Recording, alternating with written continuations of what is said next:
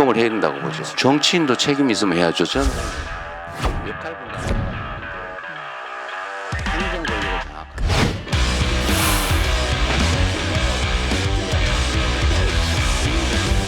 그 공범들 여기저기 숨어 있는 거 다 찾아내서 책임을 분명하게 가져야 되겠죠. 지금 그 내란 세력들이 귀환을 꿈꾸고 있지 않습니까? 그들을 압도적으로 심판해야 되는 역사적인 분수령의 거사다. 맞습니까, 여러분? 이준석 후보의 발언 파문, 그리고 유시민 작가의 여성 근로자 비하 파문, 이런 것들이 있었기 때문에 선거 막판에 판세에 큰 영향을 미칠 것으로 보고 있기 때문에 막판 뒤집기가 시작되니 급한 마음에 다시 내란을 끌어들였는데요.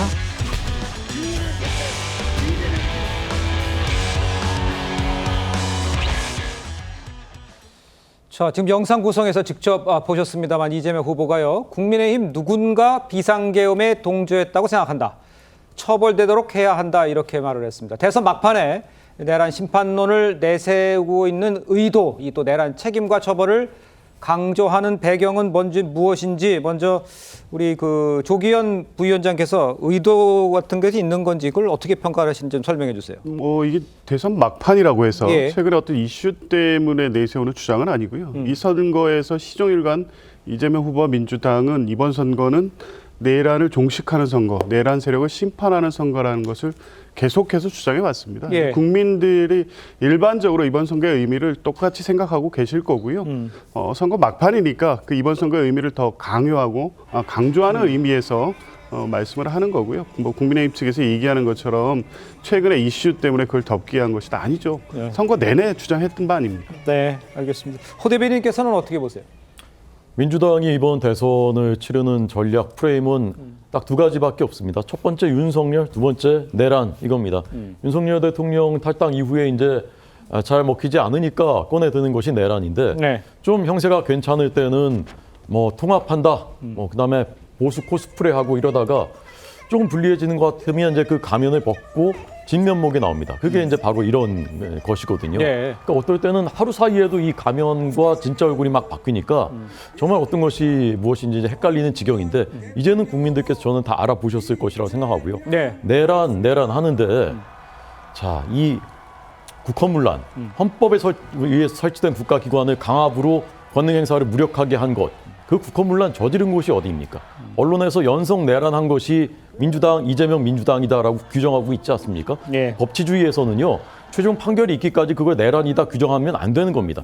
지금 내란 재판 받고 있는 것이지 않습니까? 판결도 나오지 않았고. 판결 나오기 전에 그렇게 규정해버린다면 이재명 후보는 지금 12개 혐의로 중대범죄 혐의 재판받고 있는데 네. 그렇다면은 후보도 출마조차 해서는 안 되는 것입니다. 근데 이렇게 해서는 안 되는 것이고 더더군다나 12.3 비상계엄 직후에 그 일방적인 분위기 속에서 현직 대통령까지 구속시킬 정도로 탈탈 털어서 다 수사했고 지금 재판까지 넘겼지 않습니까? 예. 도대체 어떤 사람이 어디에 숨어서 지금 제2, 제3의 내란을 꿈꿨고 동조했다라는 것인지 그 근거라는 것은 그렇게 생각합니다.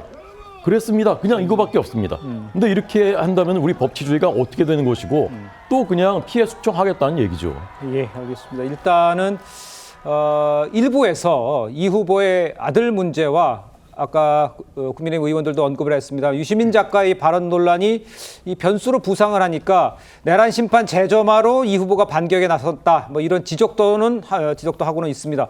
여기에 대해서 우리 서재현 공보기획위원은 어떻게 받아들이세요? 네, 그 사실과는 다른 거고요. 그 일관되게 내란 종식하자. 내란 종식이 목적이 아니고 예. 내란 종식하고 진짜 대한민국. 그냥 내란이란 의미 자체가 그러니까 윤석열 전 대통령께서는 상대를 어떻게 보면 그 인정하지 않고 대화도 하지 않았지 않습니까? 네. 그런 의미에서 통합하겠다라는 것이고요. 그래서 그 이재명 후보 입장에서는 방송에서도 대통령이 취임이 된다면 만약에 대선 승리를 해서 그러면 제일 먼저 야당에 가서 이제 인사하고 소통하겠다. 그건 예. 좋은 아이디어라고 말씀하신 거거든요. 그리고 사전투표 독려할 때도 이미 현수막 문구 제작은 사전투표로 내란 종식하자 그런 문구가 있었기 때문에 예. 이런 특정한 뭐 이슈를 덮기 위해서 할 이유도 없고 일관된 메시지를 계속하는데 다시 한번 강조드리지만 내란 종식 자체는 목적이 아니다. 내란 종식 이후에 진짜 대한민국 대통합 부합하게 있는 진짜 대통령이 되겠다는 메시지를 계속적으로 내세우고 있는 겁니다. 알겠습니다. 이재명 후보는 책임 있는 사람들이 엄청나게 숨어 있고 또 특검도 해야 한다 이렇게까지 주장을 했습니다. 함께 들어보겠습니다. 군사 쿠데타? 이거 제3세계 후진국이 하는 거잖아요. 처벌된다는 걸 확실히 보여줘야죠. 그러니까 다 골라내야죠. 진상규명 다 하고 주요한 실제 책임이 있는 사람들은 아직도 지금 많이 숨어 있어요. 정부에 엄청나게 많이 숨어 있습니다. 특검을 해야 된다고 보죠. 그래서 혹시 거기에 정치인들도 포함될 가능성이 좀 있습니까? 정치인도 책임이 있으면 해야죠. 저는 예. 역할 분담을 했다고 보는데 저는 국민의힘이 거기에 누군가 동조했다고 생각해요. 이거 엄정하게 규명해서 처벌해야죠. 역할 분담 얘기까지도 했습니다. 이 후보가 이야기한 이 특검 대상의 계엄 해제 요구 표결에 참여하지 않은 추경호 당시 원내대표 등 국민의힘 지도부들이 특검 수사 대상으로 거론되고 있는 거 아니냐 이런 지적도 나오고 있습니다. 글쎄 저 멘트를 들으면 어떻게 해석을 하는 게 맞다고 보세요? 하여튼 선거 이후에 만약에 민주당 이재명 후보가 대통령에 당선돼도 문제 해결이 아니라 또 새로운 문제의 시작점이 될 수 있겠다라는 저는 예고서는 비슷하게 느껴졌습니다. 예. 뭐 역대 정권들이 항상 들어서면 적폐청산 뭐 이런 것들을 해왔고 예. 사정 정국을 해왔지 않습니까? 아마 이재명 후보가 본인의 이제 본심을 서서히 드러내고 있는 것이 아닌가. 예. 그리고 얼마 전까지만 하더라도 나는 정치 보복 절대 하지 않겠다는 이야기를 거듭거듭 이야기했습니다. 예. 근데 이제 내라는 정치 보복이 아니다라고 이제 말을 좀 바꿨죠.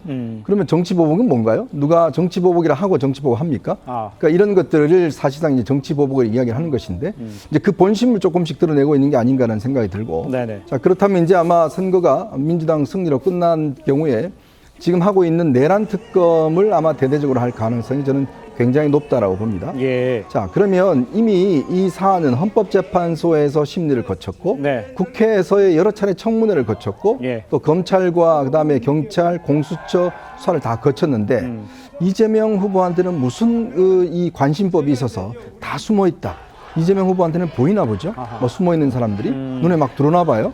자, 이게야말로 어떤 선입견과 본인의 생각을 가지고 이미 네. 머릿속에 이미 독단하는 거 아니겠습니까? 이미 수사를 통해서 밝혀졌다면 추경호 원내대표, 전 원내대표 왜 입건을 못 하겠습니까? 네. 그러니까 그러면 이제 이재명 후보 입장 내란 특검을 해서 특검에서 뭔가 이제 몰아치겠다는 거 아니겠어요? 그리고 정권도 바뀌면 검찰과 경찰이 새로운 정부에 뭔가 충성을 하기 위한 분위기 형성이 될 거 아니겠습니까? 이제 그런 것들을 중심으로 해서 하겠다는 것인데, 근데 우리가 역사적으로 보면 예. 항상 이러한 것들이 무리를 일으키고 또 야권을 결집시키는 계기가 됐습니다. 예. 자, 그렇기 때문에 우리 국민들이 이번 선거를 통해서 요구하는 것은 전직 대통령이 이미 심판을 받고 있습니다. 그리고 지금 군인들 다 심판받고 있습니다. 예. 자, 그렇다면 이제는 좀 더 경제나 이걸 위해서 통합을 해야 된다는 게 시대적 사명인데 글쎄요, 그렇게 가지 않을 것 같은 느낌을 진하게 시사하고 있는 것 같습니다. 알겠습니다. 우리 김성열 대변인께 이렇게 여쭤볼게요. 지금 이현정 위원님께서 분석하시기로는 본심을 드러내고 있다. 본격적인 내란 특검이 이루어지는 거 아니냐 이렇게 봤는데 어떻게 보세요? 저도 사실 그렇게 좋게 들리지는 않습니다. 왜냐하면은 죄 있으면은 처벌해야 된다는 건 너무나 당연한 이야기죠. 하지만 지금 대선 후보가 저렇게 이야기를 한다는 것은 사실 자신의 정적들에 대한 경고 혹은 정적들을 제거하려는 수단으로 이것을 이용하지 않을까라는 의구심이 들 수밖에 없어요. 특히 지난 문재인 정권을 기억을 해보시면요. 예. 그때 우리가 적폐청산이라는 이름으로 초기에 특히 정권 초기에 사실 경제나 이런 것들은 제대로 신경 쓰지도 않고 굉장히 정적을 죽이는데 좀 이용을 했다라는 비판을 받았거든요. 예. 그래서 지금 사실 이재명 후보 본인도 이렇게 얘기합니다. 지금 경제가 매우 어렵다, 위험하다 이렇게 얘기를 하면서도 그 내란 종식이 우선이다 이래버리면 또 이 경제나 이런 것들은 다 뒤로 물른 채 자신들의 정적 공격에만 시간을 보내지 않을까라는 우려가 듭니다. 네, 알겠습니다. 이런 상황에서 이제 국민의힘에서는요, 아까 잠깐 목소리를 들어봤습니다만 이재명 후보가 급한 마음에 내란을 끌어들이고 있다면서 만약에 집권을 하게 되면 탄압의 정치가 될 것이다 이렇게 직격을 했습니다. 나경원 의원의 목소리를 좀 더 자세히 들어보겠습니다. 이재명 후보 아들의 논란 또 그리고 유시민 씨 발언으로 드러난 그들의 선민 의식 이런 것이 드러나면서 굉장히 이 막판 뒤집기가 시작되니 급한 마음에 다시 내란을 끌어들였는데요. 섬뜩합니다. 정치 보복을 하겠다는 건 이거는 야당의 씨를 말리겠다, 정적의 씨를 말리겠다라는 예고라고 보여집니다.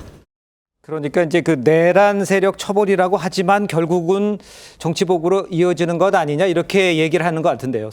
네, 그러니까 정치 보복은 이제 그 보면 남이 저에게 해를 준 대로 저도 그에게 해를 그러니까 이제 정치 보복, 즉 윤석열 전 대통령처럼 뭐 그 검찰의 칼을 빌려서 압수수색 300번 한다든지 네. 뭐 지금 상대 후보죠. 특정인데 그렇게 하면 안 된다는 것이고 다만 내란에 대해서는 책임을 져야 되잖아요. 네네. 경찰도 아무 죄도 없는데 이제 그 한덕수 뭐 대행이라든지 그리고 최상목 경제부총리를 출국 금지시켰거든요. 그리고 추경호 원내대표 같은 경우에도 12월 3일로 돌아가게 되면 그 국회로 모여야 되는데 국민의힘 당사로 모여서 50여 명의 국회의원들이 왔다 갔다 하면서 표결에 불참하셨습니다. 예. 그러니까 그런 거에 대해서 조사를 하자 이런 의미를 하시는 거고 그리고 또 문재인 정권에서도 보면 그 적폐청산이라고 해서 적폐청산만 한 건 아니죠. 그 경제도 해서 대한민국 역사상 주가지수가 사상 최고치인 3,200을 갔었거든요. 네. 그렇기 때문에 여러 가지를 동시다발적으로 해야 되는 것이지만 대통령이 나서서 모든 것을 검찰을 통해 칼을 이용해서 지휘해서는 안 되고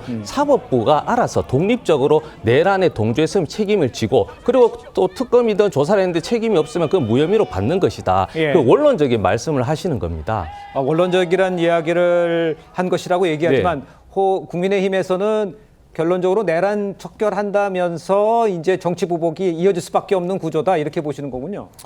그러니까 그 사람의 그 행동은요. 사람의 말보다도 지금까지 어떻게 해왔는가를 보면은 알 수 있어요. 예측이 가능하거든요. 네. 민주당 내에서 어떻게 했습니까? 자신의 정적들 그리고 경쟁자들 같이 당대표 선거에 출마했었던 사람들 예. 다 어떻게 됐습니까? 그리고 자신의 체포동의안 표결에 찬성했었던 사람들 그다음에 공천 학살 때 어떻게 됐는지 다 보지 않았습니까? 예. 당원 당규까지 1인만을 위해서 다 바꿨고 그래서 결국 아버지 정당이 됐지 않습니까? 아버지 정당이란 말 쓰지 말라는 분들이 있는데 그건 제가 쓴 말이 아니라 민주당의 강득구 최고위원이 공식 회의석상에서 한 그 용어입니다. 네. 그런데 이분이 정치보복이라는 것을 뭐 그 대놓고 하는 사람이 어디 있느냐 꼭 숨겨놨다가 몰래 하는 거지 이 말씀하신 게 불과 3년 전이고요. 권력이란 건 좀 잔인하게 행사돼야 된다라는 것을 김어준 씨 방송에 나가서 했던 것도 바로 이분이지 않습니까? 그러니까 국민들께서 우려하는 건데 자 이게요.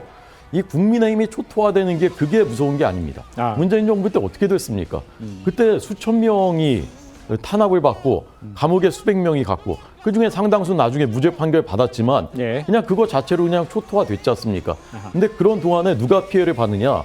한쪽이 견제할 사람이 없으니까 국민들이 피해 본 겁니다. 소주성, 탈원전, 부동산 정책 이런 것들 해가지고 경제가 다 폭망했고요. 그다음에 친북, 친중 일방적으로 하고 홍계까지 조작하고 그다음에 GP 남북이 서로 철수하겠다고 했지만 실제로는 우리 것만 다 철수하고 북한 거는 제대로 확인도 안 했다는 사실이 다 밝혀지지 않았습니까? 예. 이렇게 되면 다 국민들이 피해보는 것이고 국가가 역주행하는 것입니다. 네, 알겠습니다. 일단 행동을 그전에 했던 행동들을 좀 지켜봐야 한다 이런 취지에서 말씀을 해주신 것 같은데 만약에 이제 대통령이 된다면 이재명 후보가요 정치 보복하는 거 아니냐 이 질문에 대해서 이 후보의 입장은 사실 시간이 지나면서 조금씩 바뀌었던 것 같습니다. 저희가 준비를 했는데요. 차례로 한번 좀 들어보시죠. 할 일은 태산같이 많은데 일단 그렇게 막 뒤져가지고 누구를 막 표적 삼아서 뭐 해서 막 괴롭히고 이게 일단 취미도 아니고 즐겁지도 않고 또 모르죠 어떻게 될지는. 그냥 지금의 마음 상태는 최소한 그래요. 반드시 보복을 한다가 그들의 생각인 것 같아요. 난 한 번도 그런 일이 없고 그럴 마음도 없는데 서로를 미워하고 제거하려는 전쟁 같은 정치를 이제 끝내야 합니다. 내란 세력의 죄는 단호하게 벌하되 특정인을 겨냥해 관역으로 삼는 정치 보복은 결단코 없을 것입니다. 이거 정치 보복이다 이렇게 하면 분명히 프레임이 나올 텐데 그 사람들 맨날 하는 게 그런 소리 아니에요. 우리가 법대로 하면 정치 보복이라고 주장하고 그건 정치 보복이 아니죠. 자, 제가 좀 녹취를 들었습니다만 화면을 보시면 제가 설명해 올리도록 하겠습니다. 그러니까 3월 정도에는요. 정치 보복할 시간이 아깝다. 또 5월 25일에는 정치 보복 결탄코 없다 이렇게 말을 했었는데 어제는 법대로 하자는 것이지 정치 보복은 아니다 이렇게 말을 했습니다. 조금 느낌이 다르죠. 그러다 보니까 이재명 후보는 계엄 관련 수사가 정치 보복이 아니라는 건데 민주당에서는 어떻게 설명하실 수 있겠어요, 우리 조기현 부회장님? 그 이재명 후보가 지금 말한 그대로입니다. 예. 내란 관련 범죄를 비롯해서 명백한 불법에 대해서는 당연히 수사해서 처벌해야죠. 예. 근데 여기서 말하는 정치 보복은 윤석열 전 대통령이 지난 대선 그 예비 경선 과정 토론에서 얘기했던 것처럼 그 개념을 그대로 적용하면 됩니다. 네. 누군가를 콕 집어서 1년 12달 주변을 탈탈 털어서 그렇게 하는 수사, 그 뭐가 뒤져서 나올 때까지 찾는 것이 정치 보복이다. 이런 수사, 이런 것을 검찰을 통해서 하지 않겠다는 겁니다. 이런 건 없는 거죠. 그게 근데 지난 정권 내내 있었던 거 아닙니까? 그 피해자가 이재명 후보인 거고요. 예. 그런 의미에서 통상적 정치 보복이라는 것이 그런 수사를 얘기하는 것이지 지금 내란죄에 관련해서요. 지금 네. 이 수사가 충분히 됐다고 국민들이 생각하실까요? 최근에 보십시오. 이제 비화폰 인제 열리기 시작했습니다. 예. 내가 국무회의 관련해서 거기 참석했던 분들 몰랐을 줄 알았는데 거기 CCTV가 확인됐는데 실제 지금까지 얘기했던 진술과 다 어긋나는 부분들이 나오지 않습니까? 네. 수사가 제대로 안 된 겁니다. 그래서 계속 특검하자고 했는데 국민의힘이 다 막았던 거 아닙니까? 예. 이런 부분 확인해서 책임이 있다면 처벌해야죠. 추경호 의원이나 이 국민의힘 관련해서 나오는 얘기들도 그 전후에서 윤석열 전 대통령과 전화통화가 있었다는 거 아닙니까? 네네. 그 이후에 이 해제 표결에 참가하지 않고 우왕좌왕하고 왔다 갔다 하는 과정에 있어서 혹시 이 형법이 정한 내란죄에서 중요 임무 종사까지는 아니더라도 부하수행, 사실상 방조에 가까운 행위가 있었다고 볼 여러 가지들이 있습니다. 이거 예. 수사해서 밝혀야 되는 문제 아닙니까? 꼭 처벌하기 위해서가 아니라 내란과 관련해서는 단순히 군의 어떤 군대 투입 관련해서 주요 지휘관 사령관들의 책임으로 끝날 문제가 아니라는 것은 분명하고 그 부분에 대한 수사 더 나아가서 외환 때까지 정확히 수사해서 다시는 우리 헌정사에 이런 일이 없도록 해야 될 책임과 의무를 국민들께서 지금 주고 있는 겁니다. 어떻게 보십니까? 그러니까 세상에 정치 보복이라는 말은 이재명 후보 사전은 없어요. 왜? 다 법대로 하는 거니까요. 법대로 안 하는 게 어디 있습니까? 다 법대로 하지. 네. 근데 그것이 왜 정치 보복이 되느냐 하는 것은 예. 결국 이제 어떤 특정한 정책 목적을 위해서 어떤 그런 수사력을 집중한다든지 지금 하는 걸 보면 결국 지금 검찰과 경찰이 하고 있는 거 아니겠습니까? 예. 근데 거기 민주당은 특검을 하겠다는 거잖아요. 그러니까요. 그 일각에서는 또 특별 재판부를 만들자는 그런 이야기도 나오잖아요. 네네네. 그 이야기는 결국은 사법 시스템을 어떤 면에서 보면 좀 더 초법적인 걸 만들어서 네. 실적으로 이제 광범위하게 하겠다는 것이고 제가 듣기로는 뭐 아마 그게 종착점은 결국 이제 국민의힘을 위헌정당으로 아마 제소하는 뭐 이런 문제까지도 아마 내부에서 검토하고 있는 것이 아닌가 싶어요. 예. 왜 아시겠지만 결국 이제 옛날에 통진당이 위헌정당으로 해산이 됐습니다. 예. 근데 이제 지금 만약에 이렇게 수사가 정치인으로 확대가 되면 국민의힘도 내란에 동조한 정당이다라는 프레임을 씌우고 그걸로 인해서 법무부 장관이 헌법재판소에다가 이제 위헌정당 제소를 할 수 있죠. 예. 이제 그렇게 어떤 할 수 있다는 가능성 그것만 하더라도 사실은 국민의힘이 어떤 정상적인 운신을 하기는 꽤 어려울 겁니다. 그리고 정치 공세를 쓸 수가 있는 거거든요. 예. 그리고 초기에 여러 가지 경제도 어렵고 또 이재명 후보가 본인의 지금 사법적 리스크가 여전히 있지 않습니까? 그러면 법을 바꿔야 되잖아요. 그럼 6월 18일 날 첫 재판이 있지 않습니까? 그렇습니다. 그러니까 항소심 재판이 있는데 예. 그러면 빨리 법을 바꿔야 될 거 아니겠습니까? 그러면 이재명 정부가 들어선다고 그러면 첫 번째 조치는 아마 이재명 후보 본인을 위한 법 개정이 이루어질 겁니다. 아마 거기에 굉장히 많은 국민적 저항이 있을 거예요. 예. 그럼 이걸 어떻게 누르죠? 결국은 내란이라는 것들을 통해서 결국 이 어떤 국민적 관심을 거기에 돌림고 한쪽에서는 이재명 후보의 어떤 이 여러 가지 사법적 리스크를 없애는 법안들을 통과시키고 뭐 그런 것들의 어떤 반발을 이런 내란이라는 걸 어떤 통해서 좀 덮는 저는 정치적으로 그런 어떤 좀 프로그램을 짜고 있지 않는가라는 그런 생각도 듭니다. 이제 뭐 개인적인 의견이고 또 이제 정치 취재를 오래 하셨으니까 뭐 이런 식으로 상황이 전개되지 않을까라는 예상, 위헌정당 뭐 제소 같은 이런 것까지 말씀을 해주셨는데 김성열 우리 대변인께서는 지금 말씀하신 이것에 어느 정도는 동의하시는지 어떤 생각을 갖고 계신지 궁금합니다. 그래서 저렇게 말씀하시는 게 이제 개인적 의견이라고는 하시지만 사실상 근거가 없다고 보긴 좀 어려울 것 같아요. 네. 특히 정치 보복이란 건 없지만 뭐 법대로 한다고 이렇게 핑계를 댄다. 저는 이 부분에 크게 공감을 하는 게요. 예. 사실상 지금 국회에서의 운영을 보게 되면 민주당이 하고 있는 것들이 그렇습니다. 국회라는 곳은요 다수결로 운영이 되는 것은 맞습니다만 소수 의견의 존중이 반드시 필요한 곳입니다. 네. 우리 민주주의는 어떻게 무너지는가 그 책에도 나와 있지 않습니까? 다수결로 운영되는 곳에서 가장 필요한 것은 관용과 절제입니다. 근데 민주당이 국회 운영을 하는 거 보면 전혀 그러지 않았어요. 그냥 다수라는 이름 하나에 탄핵안도 무작정 통과시키고 그다음에 뭐 대법원장 특검이라든가 대법원장 청문회 이런 것들이 기존에는 상상이나 할 수 있었던 일들입니까? 예. 그런 것들을 나오는 걸 봤을 때 지금 말씀 주신 저러한 우려가 그냥 나오는 것은 아니다. 어느 정도 일리가 있다라고 생각이 됩니다. 알겠습니다.